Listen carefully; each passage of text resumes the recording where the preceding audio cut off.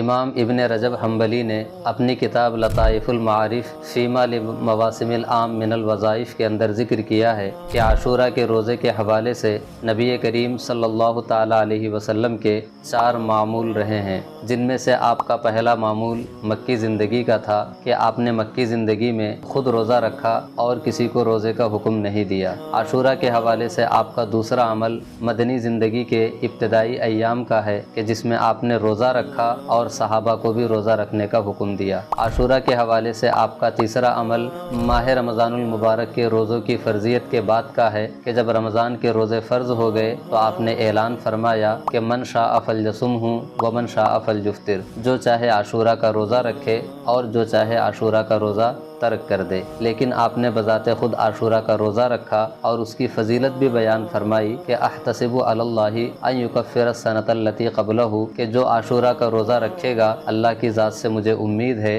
کہ اس کا یہ روزہ اس کے سابقہ گناہوں کے لیے بخشش کا ذریعہ ثابت ہوگا۔ عاشورہ کے حوالے سے آپ کا آخری عمل یہ تھا کہ جب آپ نے عاشورہ کا روزہ رکھا تو بعض صحابہ نے یہ شبہ ظاہر کیا کہ یا رسول اللہ اس دن یہود بھی روزہ رکھتے ہیں، اس سے ہم میں ان میں مشابہت ہو جاتی ہے، تو آپ نے فرمایا لئن بقیت الی قابل لاصومن التاسع، کہ اگر میں تمہارے درمیان سال آئندہ تک رہا تو میں نبی کا بھی روزہ رکھوں گا۔ اس سے معلوم ہوا کہ عاشورہ کے ساتھ ایک اور دن کے روزے کا اہتمام ہونا چاہیے۔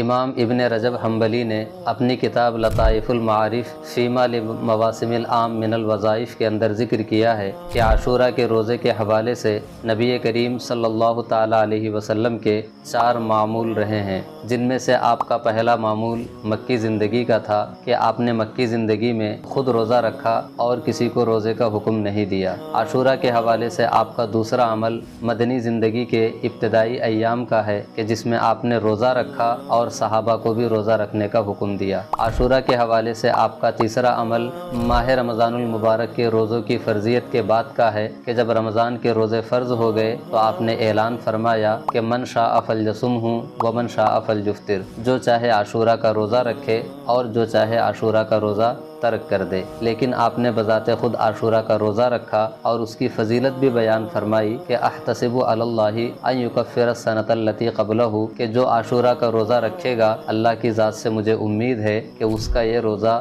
اس کے سابقہ گناہوں کے لیے بخشش کا ذریعہ ثابت ہوگا۔ عاشورہ کے حوالے سے آپ کا آخری عمل یہ تھا کہ جب آپ نے عاشورہ کا روزہ رکھا تو بعض صحابہ نے یہ شبہ ظاہر کیا کہ یا رسول اللہ اس دن یہود بھی روزہ رکھتے ہیں، اس سے ہم میں ان میں مشابہت ہو جاتی ہے، تو آپ نے فرمایا لئن بقیت الی قابل لاصومن التاسع، کہ اگر میں تمہارے درمیان سال آئندہ تک رہا تو میں نبی کا بھی روزہ رکھوں گا۔ اس سے معلوم ہوا کہ عاشورہ کے ساتھ ایک اور دن کے روزے کا اہتمام ہونا چاہیے۔